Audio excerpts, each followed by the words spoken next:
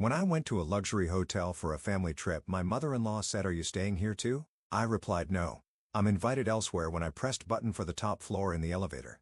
"You don't even have a reservation here, and the rooms are fully booked." Her cool voice echoed through the hotel lobby, and for a moment, I couldn't believe my ears. Standing in front of me were my mother-in-law and husband happily chatting at the check-in counter. "What's the point of you coming along on a family trip?" Her piercing gaze felt like it was stabbing straight through me. "I did say I'd be coming along, didn't I?" My voice came out strained, almost swallowed by the ambient noise of the busy lobby. Emily snorted dismissively. "You didn't make a reservation in the first place. How could you possibly expect to stay? Just go home." I could feel the eyes of other guests turning toward us. My ears grew hot, and my heart started pounding in my chest. A wave of shame surged over me, but I fought the urge to lower my head. Giving in would only let them win. How much more would I have to endure to be accepted? My chest tightened with a sense of powerlessness. "Do you know how much a night here costs? It's $2,000 per night. You don't have that kind of money, Meg." My husband's words struck me like a blow to the chest. No matter how hard I tried, I would never be part of this family. Memories of all the times I've been belittled, overworked, and unappreciated flooded my mind. "Someone of your background wouldn't belong in a place like this anyway. Go back home where you belong." Her cruel words pierced my ears, adding salt to the wound. I clenched my fists tightly, holding back the tears that threatened to spill over. "Actually, I've been invited here separately, so don't worry about me." I spoke calmly, though my voice wavered slightly. For the first time, I saw my mother-in-law's face contort with shock. A small spark of triumph lit within me. In that moment, I felt an unfamiliar strength rising within me. For years, I had lived with my husband and mother-in-law under the same roof. My father-in-law passed away several years ago, and my husband had pleaded with me to move him to help his mother. At first, my mother-in-law pretended to be considerate, saying, "Oh, it's fine, dear," but it was only ever directed at my husband. Once we started living together, her attitude toward me changed completely. Initially, she acted kind, saying things like, "It must be tough getting used to this," but that only lasted a few days. She began nitpicking everything I did, from household chores to the smallest details of my daily routine. "This house follows the James family traditions, you know." She treated me as if I were an intruder. My husband, meanwhile, just brushed it off, saying, "Just do as Mom says, and everything will be fine." I was working full-time as a manager in the sales department of a large corporation, having achieved my position at a young age. My monthly salary exceeded $5,000 and I was financially independent. I had hoped my work would be respected after marriage, but my husband's attitude began to shift. Before we got married, he had been so supportive, often saying, "I love how hard-working you are," and even cooking meals when I came home tired. After marriage, however, he prioritized his mother's opinions over mine. Emily's disdain became more apparent. Women in the Jameses family have always been homemakers. She looked down on me for my background, emphasizing her pride in being part of a family of government workers. My parents were ordinary working-class people, my father a local company employee, and my mother a part-time worker. From the very first meeting, my mother-in-law had treated them with thinly veiled contempt. "Oh, be proud that your daughter is marrying into a family of civil servants." She has said this with a fake smile to my parents, making my mother visibly uncomfortable. The insults extended to me directly after marriage. "You'll need to stop working and focus on having children." She often pressured me to leave my job, calling it shameful for James' daughter-in-law to work late hours. Whenever I sought my husband's support, he would only dismiss her words, saying, "She doesn't mean any harm by it." I endured countless stinging remarks after long days at work. "Another wash day at the office, I see." Each jab struck deeper, yet I swallowed my responses, trying to keep the peace.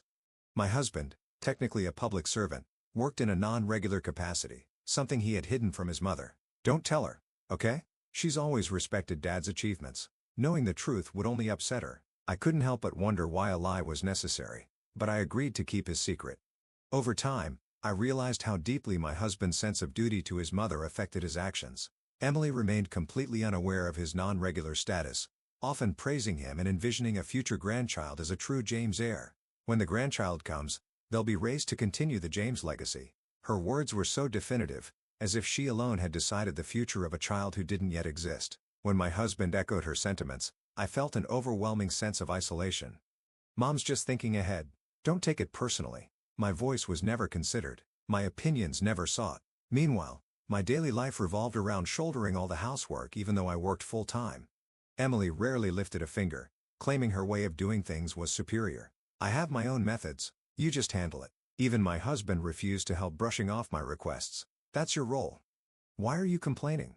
Her constant criticisms only added to the burden. Your cooking is subpar. Your cleaning lacks thoroughness. If you can't even do basic chores, you should quit your job. I'd hoped my husband would intervene, but instead, he joined in the belittlement. Mom's right.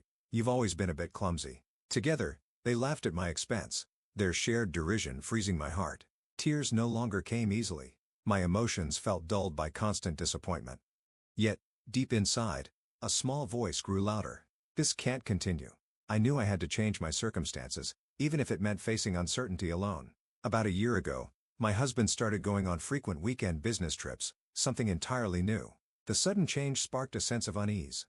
Whenever I asked about it, he responded with a confident smile, explaining it was a major responsibility assigned to him. It's important work, shows they trust me. Yet I couldn't ignore the growing suspicions gnawing at me. He began buying new suits and wearing cologne more often, behaviors that felt out of character. My instincts whispered what my heart refused to accept: infidelity. Around this time, an old friend reached out to organize a reunion to celebrate my promotion. Congratulations, Meg. Let's gather at a luxury hotel to celebrate properly. Her enthusiasm provided a brief respite from my daily struggles. However, this joy was overshadowed when my mother-in-law announced a family trip she had planned.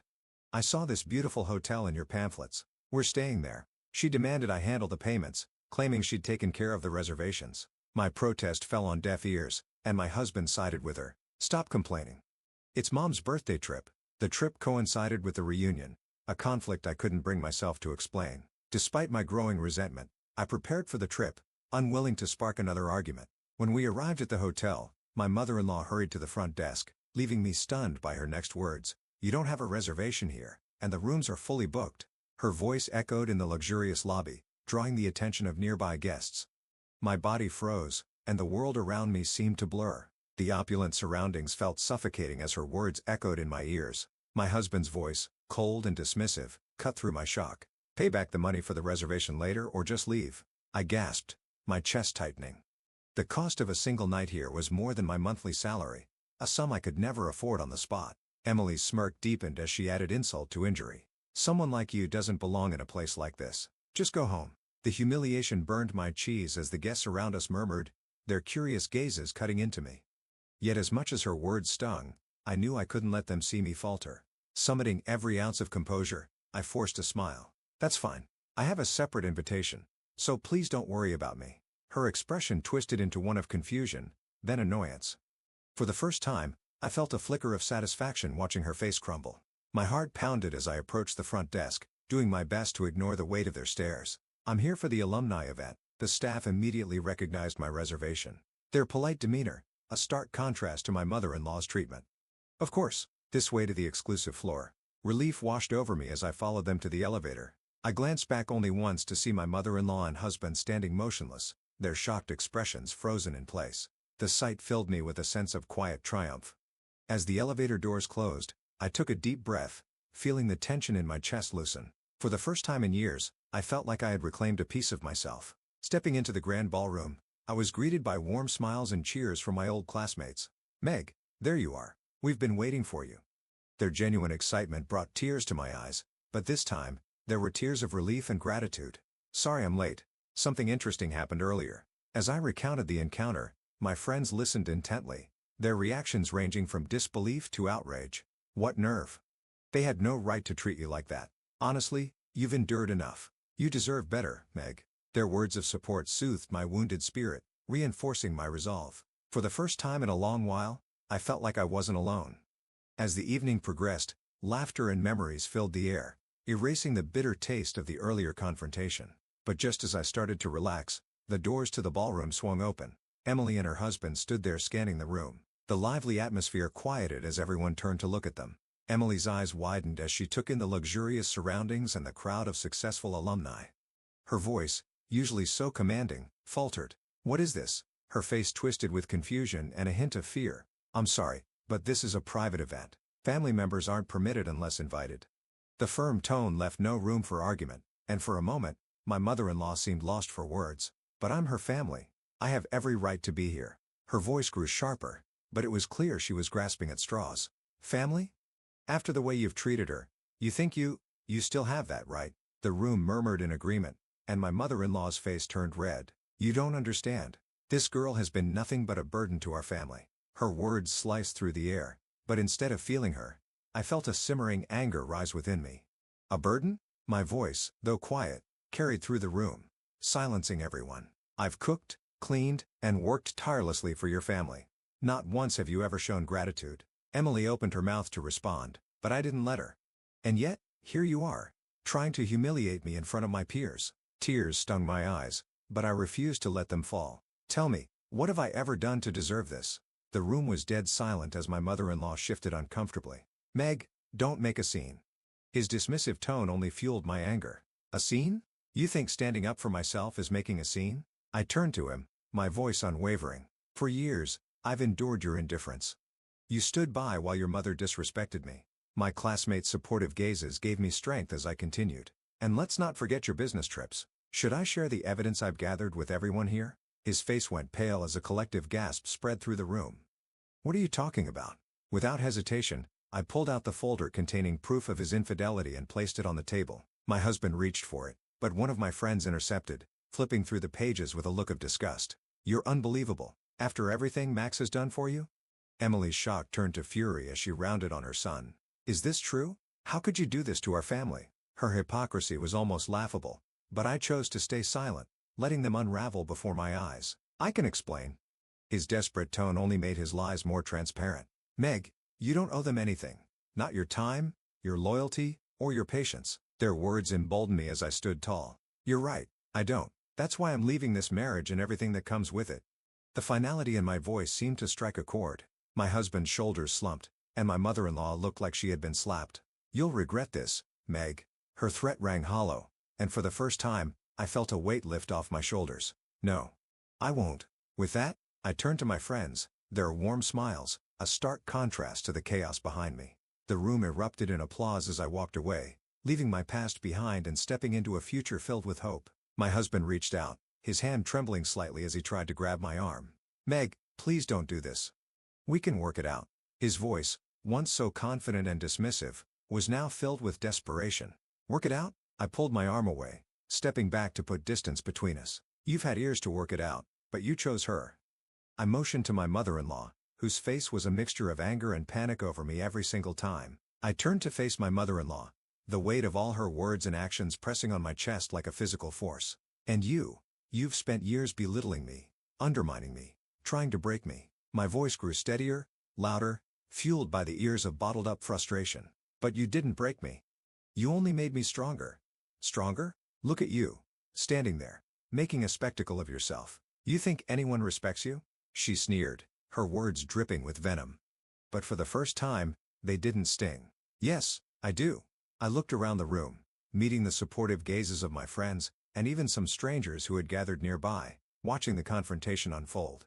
"We do, Meg. You deserve better than this. Much better." The murmurs of agreement rippled through the room, each voice adding weight to my resolve. "You're nothing but an ungrateful, selfish—" Before she could finish, one of my friends, a tall woman with a commanding presence, stepped forward. "All right. That's enough. You've said more than enough." Her voice was calm, but firm, and for the first time, my mother-in-law faltered. "Who are you to tell me?" "A friend. A friend who's watched Meg put up with your noses for far too long, and I'm done standing by silently." The room was tense, the silence stretching as my mother-in-law struggled to find a response. "Mom, stop. Just stop." My husband's voice was low, almost inaudible, but it was enough to break her to rot. "You're taking her side now?" She looked at him incredulous, but he simply lowered his gaze, defeated. "Don't worry. You don't have to choose." My voice was soft, but the words carried a finality that left no room for argument. "I've already made the choice for both of you." With that, I turned my back on them, walking toward the exit, my friends falling into step beside me like a protective wall. "Are you okay?" one of them asked softly, her concern evident in her tone. "I will be." And for the first time in years, I believed it. As we reached the hotel's main entrance, the cool night air hit my face, and I inhaled deeply, letting it wash over me like a cleansing wave. "What now?" another friend asked, her eyes searching mine for answers. "Now I start over, for me." My voice was steady, my resolve unshakable. The city lights sparkled in the distance, a symbol of the new beginning waiting for me. And as I walked away from the hotel, surrounded by people who truly cared for me, I felt a sense of peace I hadn't known in years. The car ride home with my friends was filled with light chatter, their voices a welcome distraction from the storm of emotions still lingering inside me.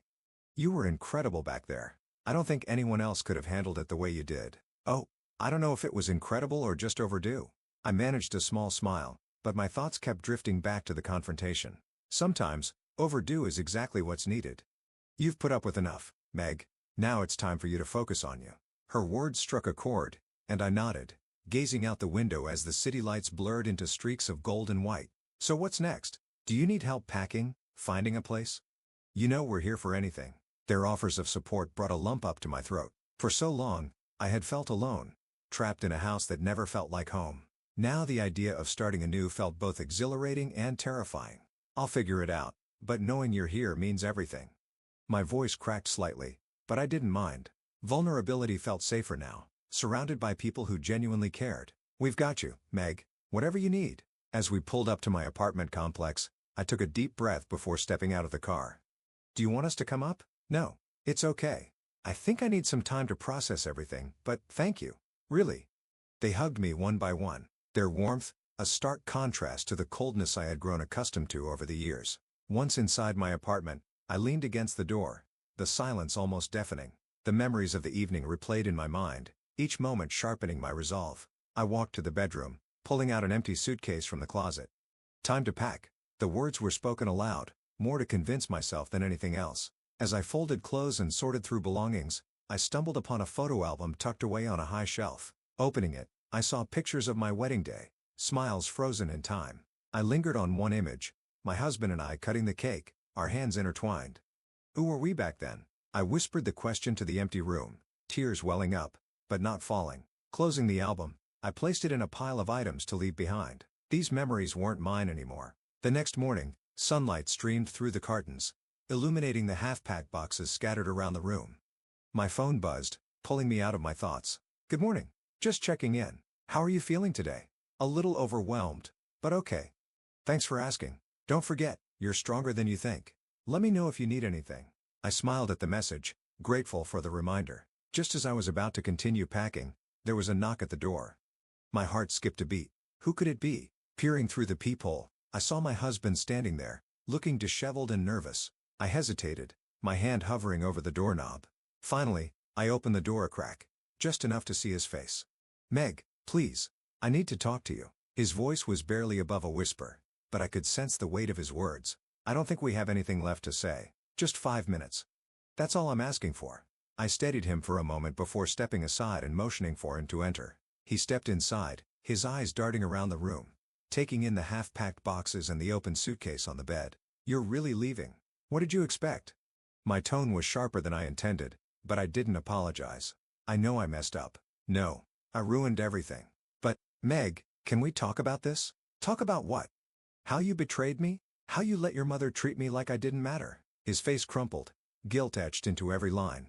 I know I failed you. I failed us. But I swear, I want to make things right. And what does that look like exactly? My arms are crossed tightly, a barrier between us. I'll cut ties with my mom. I'll go to therapy. I'll do whatever it takes. Just don't leave me, Meg. His voice cracked, and for a brief moment, I saw the man I had fallen in love with. It's not that simple. Why not? We've been through so much together. Doesn't that mean anything? His desperation was palpable, but it wasn't enough to erase the years of pain. It did. It meant everything. But you let it all slip away. I was stupid, blind to what I was doing to you.